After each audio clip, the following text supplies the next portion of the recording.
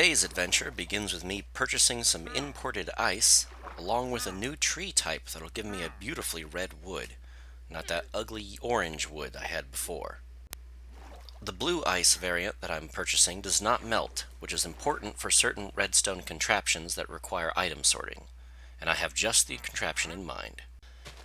As I'm upping my enchantment game, I'm going to require more and more books to run through the enchanting table. I'll also require more experience, which means I can't spend all my time farming sugarcane. There's no experience involved in getting it, and crafting it into books provides me nothing other than the effort of crafting them into books. So, I'm going to automate the function of producing the sugarcane required for making paper. This should save me a lot of time, and I won't have to visit the small sugarcane plot that I currently have so often. A good bonus to this whole endeavor is that I get to dig up a lot of dirt while doing so. Something I'm a big fan of, as I like to have it on stockpile. Right now, I am still woefully low on dirt.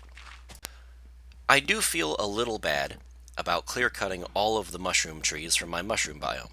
They do give the biome a unique look, and I would hate to lose that. So eventually I'm going to replant them and try to make this island look like the dream mushroom biome that people always think they'll find, rather than the reality of just a boring island with some mushrooms on it. Of course, that'll be a project for another day. I do cheat a little bit in order to get my sand, and that means I have infinite amounts of sandstone, so I don't really like to use it in builds. However, the incredible high cost of the iron and wood that I'm using to make all these hoppers means that I really don't care, and I'm perfectly fine with using sandstone to offset the cost. If you would like Timber to stop cheating and manifesting sandstone, I would heavily suggest you send a letter to Mojang to make sand a renewable resource in some form without having to destroy the end portal frame. If you and Mojang work together, you too can stop the evil machinations of Timber to summon in sand into his world. Only you can make the difference. Alright, I'm officially out of hoppers, which means I have to go make a lot more. That means I'm going to be doing some iron farming. Wish me luck. In the Minecraft mob bestiary, the Iron Golem is referred to as a benevolent and kind creature that seeks only the protection of the innocent villagers. It is built by an ancient civilization, and many of them are hundreds if not thousands of years old. I will be scrapping them all, melting them down, and turning them into hoppers like the madman that I am. Get them in the water, and they are defenseless. Nothing you— Ooh, no. Never mind, not defenseless. Okay, now they're defenseless. Now time for me to heal back up and get me more iron, because I am not even close to finished yet. Don't worry, this is the last time you'll have to watch me slaughter a metal innocence. I won't record the rest of the constant harvesting of iron golems, because even with a looting sword, they really don't drop that much iron. I really need to build an iron farm. After I manage to harvest all of the iron I need and produce them into hoppers, I place them down and cover them with dirt. I didn't record the phase of me covering them with dirt because I forgot to turn the recording software on. It had been hours since I was last recorded, and I just got caught up in the vibe of doing the project. But I'm recording again, and this is the mud phase. I no longer produce mud and then dig it up and place it down. Now I place down the dirt and produce the mud with a water bottle. It's much faster that way, though you will have to keep a water source block nearby. All of this mud is covering the hoppers, and the hoppers can extract items through it. This will be a sugarcane farm with a 100% yield, no waste. This new tree is pretty cool. It doesn't follow the same rules as the other trees, and I don't even think you need to chop it down to grow more of them. I'm not 100% certain of how it works or what I'm supposed to do with it, but it will be fun to find out. As it would turn out, those root blocks can be waterlogged, making them perfect for farming. They contain the water block within, but can't spill it out. This allows me to make water columns and all kinds of weird doodahs. I plan on experimenting with them more, but for now they'll just be part of the reed farm. I am just now realizing, as I voice record this, that I didn't actually need to use these things in my reed farm, as I'm covering up the water source blocks anyway, so there's no access. There's no way anything can get stuck down there. Oh well, live and learn. I'm a pretty old Minecraft player. I've been playing this game for a pretty long time, and that means I have a bad habit of psyching myself out with these pistons. Costing one iron block used to be a huge expense, but now it's not that bad. So, I'm using them as the auto-harvesting function in the reed farm. In my mind, this is going to bog down the game and destroy my computer and everything else in the world, but it's not like that anymore. Your game's not going to crash just because you set fire to a tree. This is the modern age, and pistons can be used in large number. If you've never bothered to mess with the observers or the redstone side of Minecraft, I would heavily suggest you give it a try, especially with the observer block. These things can really change a small-scale farm. Minecraft also has solar sensors. Some people like to call them solar panels. They're not solar panels, they don't produce power. In fact, there is no power in Minecraft. There's only an on or off state and function. But none of that matters now, because now we are enjoying the sunrise.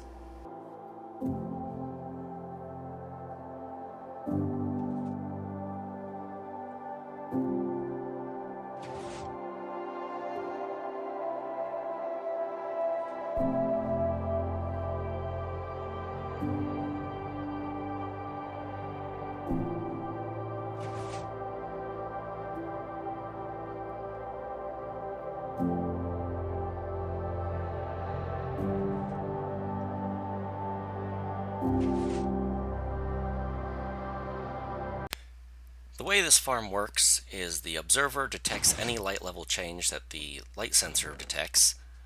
This is not just on and off, but this is many ticks throughout the day, and it automatically harvests the farm. So this farm is going to constantly harvest throughout the day and night. It will provide sugar, paper, and of course sugar cane for sticking straight into the bone meal generator. Speaking of the bone meal generator, you remember those ice blocks I purchased from the guy in the water? Well, he showed back up to my island. Guess he swam all that way. And this time, he was selling cactus blocks. I'm a big fan of kelp as an early bone meal farm because you don't have to babysit it and you get a high yield as long as your kelp farm is physically tall. But cactuses, well, they're a whole nother mathematic story, and I'm very looking forward to converting the entire bone meal farm to cactuses. Cacti were some of the first things in Minecraft that could truly be farmed. They didn't have much of a purpose back then, so farming them was really just a way of showing off the fact that you could farm them. I don't even think you could get dyes back then, but it was something we did anyway just to prove the point that we could. All you had to do was make certain that the cactus could grow, and that meant being on sand and having nothing right next to it. That also meant putting something next to it but only above the first growing block of cactus. This would cause the next block to pop off, fall into a hopper, or, well, back then we didn't have hoppers, it was a trough with water in it, and then just pour the cactuses into a place for collection. This was most usually just on a crafting bench or someplace that you'd frequently walk by. Soon you'd have chests and chests filled with cactus for seemingly no reason. However, now in Minecraft, there is a great benefit to farming cactuses and much more of a purpose.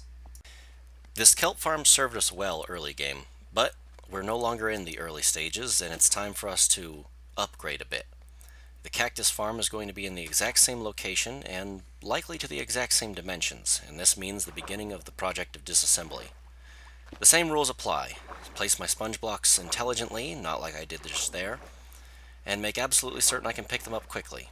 I don't have a furnace nearby, but that's a mistake I'm going to realize in a few minutes off screen. A problem I've always had with this kelp farm is although it's great when I'm ignoring it, it doesn't do so well when I'm paying it a lot of attention and constantly visiting it. The kelp never feels like it's growing fast enough, and it feels like I'm always running short on bone meal. This new cactus farm is just going to produce bone meal regardless of how much attention I'm paying to it. Plus, it'll do it at the exact same rate no matter what, and likely at a higher rate than the current kelp farm, due to the fact that a cactus grows up only 1 or 2 blocks and can be stacked, whereas kelp grows up infinitely and cannot be stacked or auto-harvested. Once the kelp farm is completely drained out, it's time for me to empty out the sand and the doors. This can be done with torches. It's a quick process and doesn't take much time. Once I throw the sand back into the glass furnaces, it's time for me to take a look at this place and start digging it out.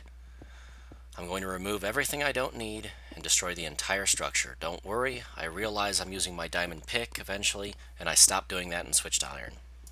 I'm digging a trench. It's an old-fashioned collection system, using water buckets to move all the items over to where I'll be collecting them inside of a hopper. I'm not going to line the whole bottom with hoppers because I do not feel like killing more iron golems. I'm sick and tired of that.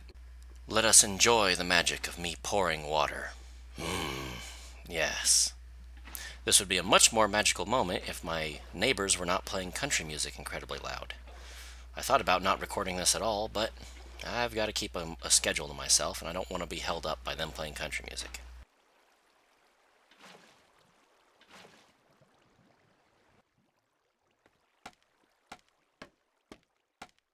It's time for me to start building. The pattern is flowing water block. Don't worry, I'll break that block that's in its way. There we go, floating water block. Hard block, in this case, it's going to be sandstone. Next is going to be the gravity affected sand, which will have to sit on top of the hard block. Then a cactus. Then there'll be an off-centered block, likely a piece of fence or something, that'll pop the cactus off each time it grows. The off-center block, I like to use something with a very small hitbox so it doesn't catch cacti, and I like to double up, so I'm only using one for every 2 cactus stacks. That's an efficient way of doing it. Well, I don't know, Timber. Don't you think this looks a little big for a cactus farm? Well, I have no idea what you're talking about. It's just one little cactus farm. Seems perfectly reasonable to me. So the cacti start up above. They then drop down into the water, like so. They then flow into another water main channel that takes them through the entire cactus farm and deposits them into a water elevator. This is what I needed the ice for. A small moment in which they have to just travel on their own momentum. And then they'll be popped up right here to be collected. Of course, I could turn them into bone meal directly, but I have another idea that's even more interesting. Let me see here. Dirt, stone, gravel, wood, bricks. Yes, the odd blocks. I'm going to make me a combination bone meal generator. You'll see what I'm talking about in just a moment. Since the cactus can be melted down into dye and gives experience for doing so, I'm first going to have the cactus flow into these furnaces. Once they overfill, then they'll go into the composters. This means anytime I need a quick boost of experience, I can just walk over and grab some cacti out of the furnaces, or throw in fuel to have them start cooking. This is also beneficial because this setup will produce green dye, which I desperately need for the shroud that surrounds the cactus farm. Side note, I don't have enough hoppers. Alright, running to go kill more iron golems.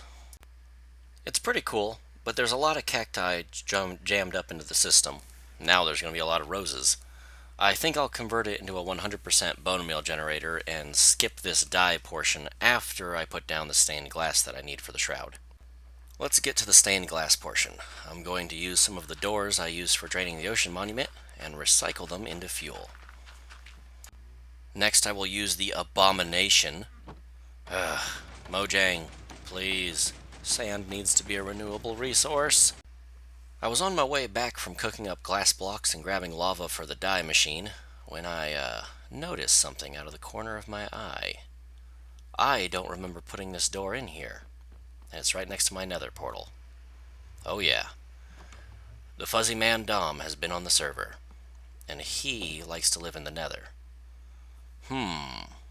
What could he be up to? I'll look into it later, I guess. For now, I'll focus on the project. I have glass, I have dye, I have everything I need. I'm going to start making the blocks. Before projects in this world, I've never really used stained glass. I just figured they all had the same look of regular glass except recolored. I figured that's what made it stained.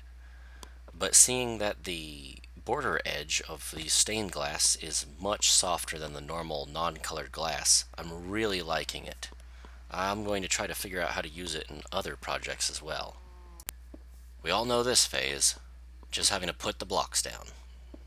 No complicated mechanics or no things to think about, just sit there and put the blocks down. That being said, I could figure out how many blocks it'll take to finish this entire tower. That's a tempting little proposition. Thinking about it, I used a stack of 64 and 20, so that's 84, to go completely around this thing. It's 13 stories, with the 14th here at the bottom being cut off by 1, so that would be 52 plus 3 would be 55 times 84. Punch that in the calculator. That is 4,620 blocks to completely cover this entire tower. That's actually quite small peanuts compared to what most Minecrafters do. I gotta step up my game in the future. Shortly after finishing the tower, I went ahead and gutted the furnaces out. I really didn't need them, and bone meal is my main priority with this project anyway. So, I'll get XP another way. The tower is complete. My reed farm is complete. Of course, now they're called sugarcane. But both big projects of this video are done. At this point in time, I'm going to have to ask you to like, comment, and subscribe. It helps me out a ton and will make my channel grow, especially with the YouTube algorithmos. But for now, what? You think I'm going to say bye-bye? No! We have spying to do. Come with me. This door is not something I constructed, and we are going to investigate right now what is at the bottom of this. It appears to be a respawn point of the Mr. Fuzzy Doms. And it's right next to my nether portal. I can't help but feel like he has done something. Let's open it up and see what's inside. Just a bed. A bed but no gear right next to a nether portal. I suspect that he's done something on the other side. The last time I was here, there was nothing to this place. It was mostly soul sand and netherrack. Now the entire place seems to have been covered in deep slate. What could he be planning? It seems to be mostly just fortress, no actual infrastructure. At least that's what I can see. Oh, I'm seeing grass blocks. Now why would he have grass in the nether? Unless he plans on doing something with it. I do see a small building. Oh, Dom's Kingdom. I see his plan now. The Lord of the Nether has planned on building his kingdom right on top of us, or under us, depending on how you view the Nether. Either way, I shall not take this lying down. If he thinks he can build something better than what I can build, he has got another thing coming. Of course, I'll need to organize another mini-game soon. We do have it scheduled and planned. And you know, seeing his loot, I realized that he has been stealing from me to survive this whole time. The only thing I can think of that he didn't get from my island were these pork chops, and that gives me a very interesting idea. But for both you and Dom, we're going to have to wait until the next video to see that. Until then, I'm going to have to say bye-bye.